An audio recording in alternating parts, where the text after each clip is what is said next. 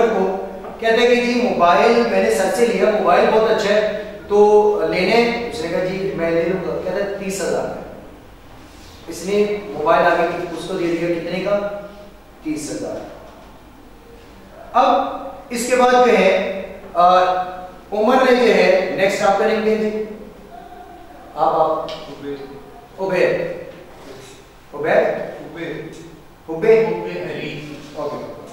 अली को जो है मोबाइल उसने भेज दिया 35,000। अब हुबे अली को नहीं पता कि मोबाइल कहां से चला। हुबे अली आया मेरे पास, कहते सर मोबाइल बहुत अच्छा है, आपको टीचिंग में बहुत काम देगा, स्पीड भी अच्छी है, ग्रुप्स भी अगर उसके अंदर व्हाट्सएप के होंगे तो हैंग भी नहीं होगा, तो मेमोरी भी अच्छी है, अगर आपको चाहिए तो मेरे पास मोबाइल है। मैंने कहा अच्छा दिखाएं। मोबाइल दिखाया तो मोबाइल वही, मैंने कहा कितने का, कहता सर मैंने 35 का लिया, चले आप अगर लेते हैं तो 36 का आपको दे दूंगा, ये चले 35 का ही आपको दे दूंगा। तो मैंने कहा कि भाई ये मोबाइल मैं तो नहीं 35 का लेता, क्योंकि मुझे पता है कि मोबाइल मुझसे कितने का गया है। तो यहाँ पर डिस्क्रिमिनेशन तो हो रही थी कि सेम प्रोडक्ट डिफरेंट पर्सन को डिफरेंट प्राइस पे बेच रहे हैं, लेकिन प्रिवेंशन आके रुक जाएगी एक जगह पे जहां पर आके रीसेल करेंगे। तो रीसेल से इसको प्रिवेंट करता है, बचाता है। बाकी इसके अलावा डिस्क्रिमिनेशन आप करते रहेंगे जब तक पर्सन चेंज होता रहेगा, आप उसके अकॉर्डिंग आप उसकी प्राइस को कम या ज्यादा करते जाएंगे। तो ये प्रिवेंशन फ्रॉम रीसेल होगा। और सेग्रीगेशन ऑफ मार्केट, अगला है सेग्रीगेशन ऑफ मार्केट। मार्केट का सेग्रीगेट हो जाना मींस डिफरेंट मार्केट्स। अगर हम बात करें कि यहां पर अगर कमर्शियल चले जाए और कमर्शियल से आप चले जाए F10, दोनों में जमीन आसमान का फर्क होगा। अब कमर्शियल से जो प्रोडक्ट आप खरीदेंगे, सेम वही प्रोडक्ट अगर आप खरीदने चले जाएंगे F10 या G10 या G9, तो वहां पर प्राइस कुछ और होगी, और कमर्शियल में सेम वही प्रोडक्ट की प्राइस कुछ और होगी। तो हालांकि सेम प्रोडक्ट डिफरेंट प्राइसेस हो गई हैं, किसकी वजह से, सेग्रीगेशन ऑफ मार्केट, मार्केट के अलग होने की वजह से। तो अगर ये प्री कंडीशंस होंगे तो इनकी वजह से प्राइस जो है उसके अंदर डिस्क्रिमिनेशन आ सकती है, अदरवाइज जो है वो प्राइस डिस्क्रिमिनेशन नहीं होगी। लेकिन ये 5 फैक्टर्स जो हैं ये सामने रखेंगे तो प्राइस डिस्क्रिमिनेशन होगी। फिर आते हैं एडवांटेजेस ऑफ मोनोपोली। मोनोपोली में पहला फायदा ये है कि stability of prices, prices stable रहेंगे। वो इसलिए रहेंगे भाई उनके मुकाबले में कोई है ही नहीं, जब मुकाबले में नहीं है तो उन्होंने किसके मुकाबले में कीमत कम या ज्यादा करनी है, तो प्राइसेस क्या रहेंगी, स्टेबल रहेंगे।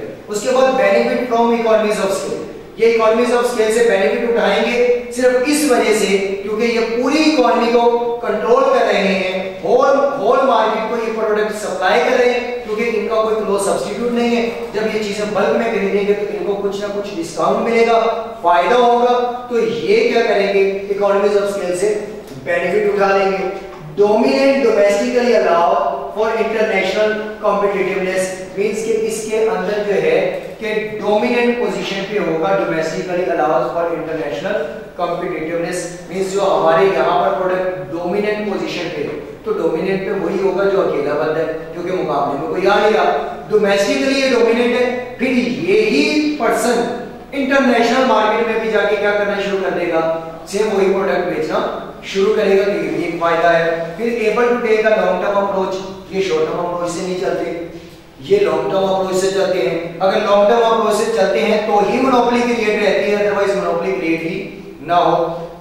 फिर ये अर्न करते हैं सुपर नॉर्मल प्रॉफिट। उसके बाद आता है जी source of essential public utilities, और ये पब्लिक यूटिलिटीज का जो भी हमें चीज इस्तेमाल करनी है ये उसका एक सोर्स है।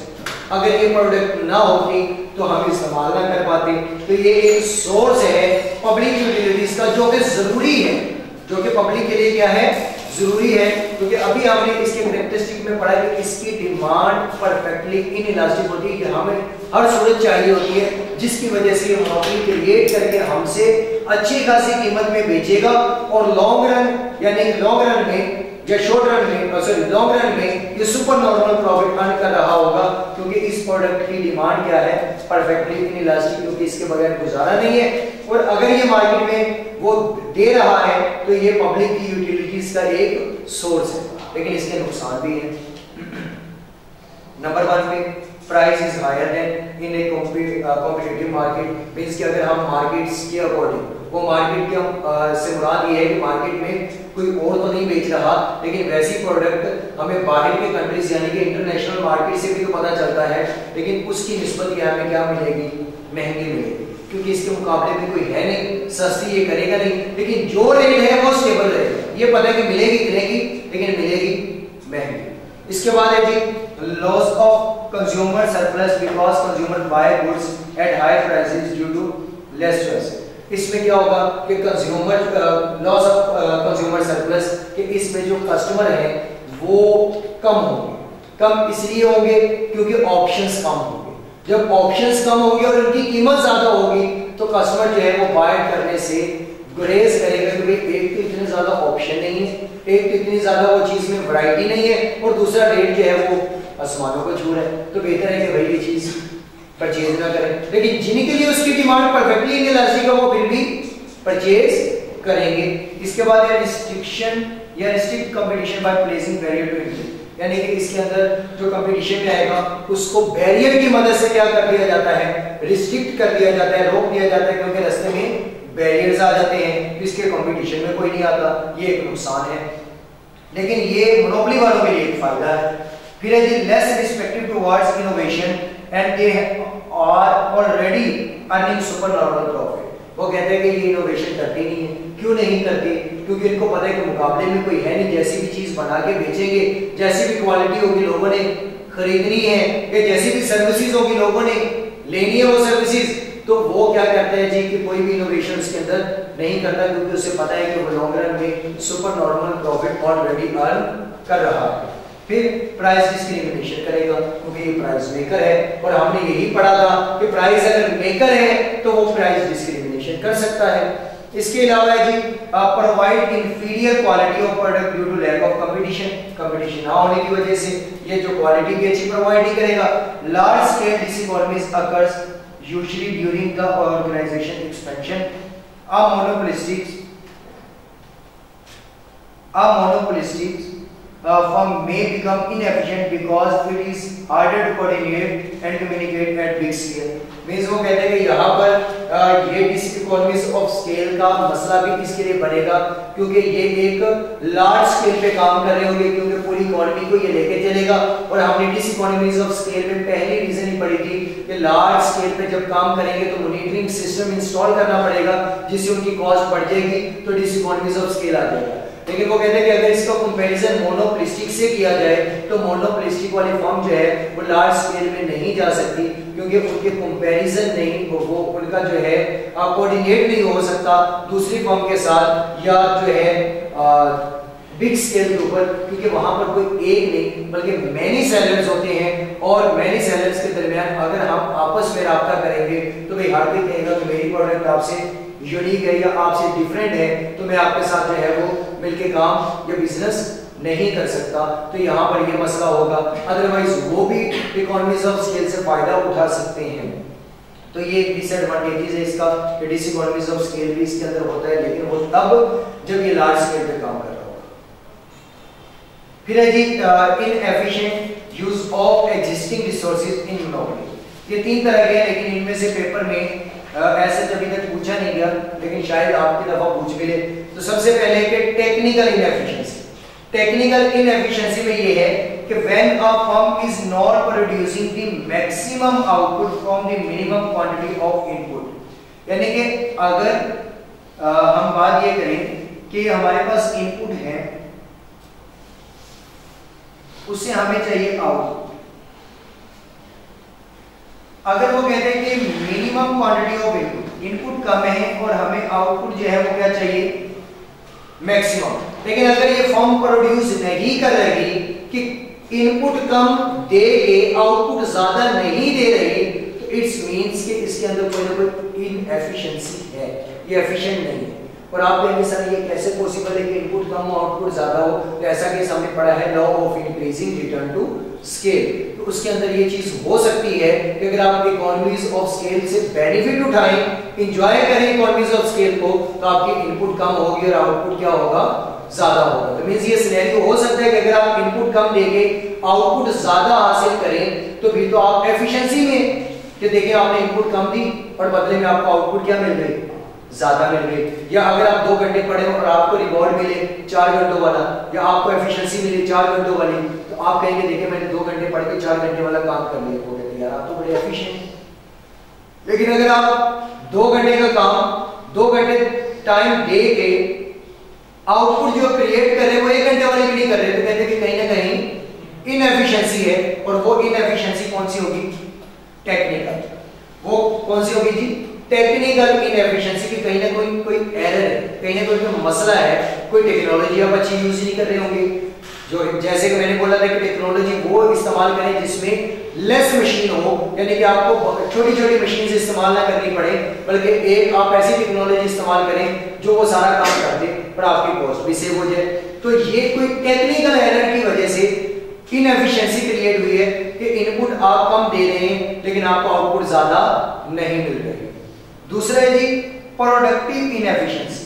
अब प्रोडक्टिव इनएफिशिएंसी में वो कहते हैं productive inefficiency occurs when a firm is not producing at its lowest average cost, यानी इसमें आप एवरेज कॉस्ट पे चीजें बना सकते थे लेकिन बनाई नहीं, बना सकते थे, इतनी एफिशिएंसी थी कि आप इसकी कॉस्ट को क्या कर देते, कम कर देते। एवरेज कॉस्ट को अगर आप कम कर देते और कर सकते थे लेकिन आपने करके चीजें नहीं बनाई, इट्स मींस कि ये प्रोडक्टिव इनएफिशिएंसी है, जहां पर आपने अपनी कॉस्ट को रिड्यूस, एवरेज कॉस्ट को रिड्यूस नहीं किया, तो ये होगी आपकी प्रोडक्टिव इनएफिशिएंसी। और लास्ट है x inefficiency.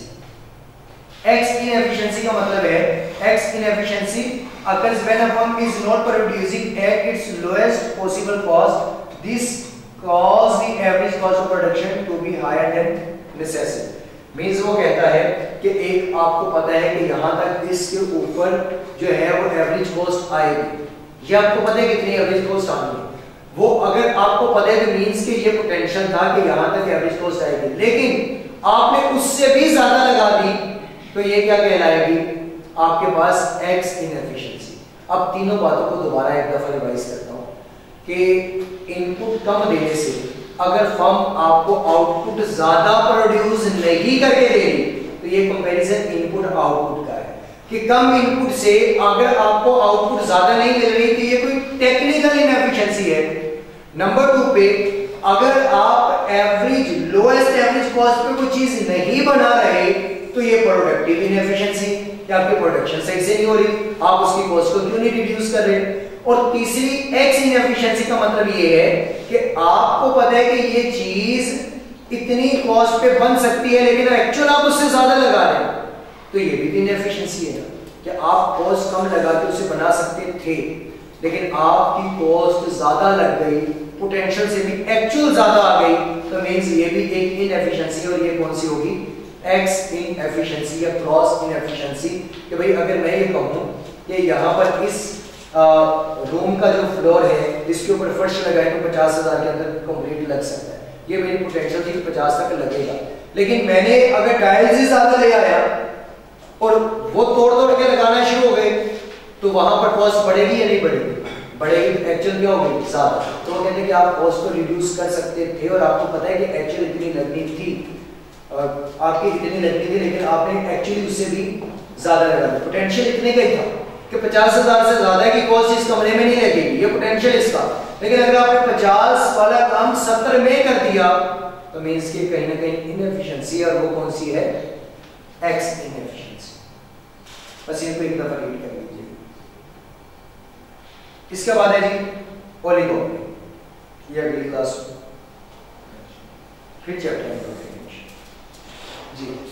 Sir x inefficiency और प्रोडक्टिव इनएफिशिएंसी दोनों में ये एवरेज कॉस्ट इंक्रीज होगी। हाँ देखिए दोनों में एवरेज कॉस्ट इंक्रीज नहीं होगी, एक में कह रहा है कि आप लोएस्ट एवरेज कॉस्ट पे बना सकते थे, बस इतनी बात की कि आप लोएस्ट एवरेज कॉस्ट पे चीज बना नहीं रहे।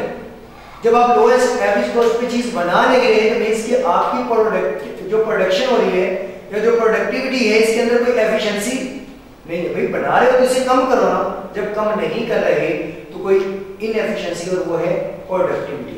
फिर है कि आपको पता है कि पोटेंशियल इसमें इतने का है, लेकिन आप एक्चुअली उससे ज्यादा लगा रहे हैं। आपको पता है कि ये चीज लोएस्ट एवरेज कॉस्ट पे बन सकती है, लेकिन फिर भी आप उससे हायर लगा रहे हैं, तो ये एक्स इनएफिशिएंसी।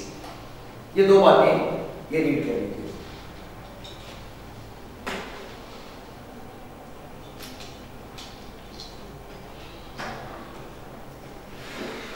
ओके जी, मिलते हैं इंशाल्लाह 12 से क्या क्लास, इसके दरमियान कोई और क्लास 10 से 11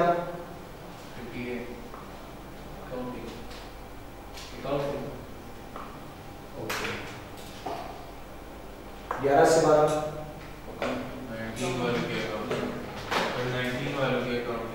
बेटा भी से इसकी 19 वालों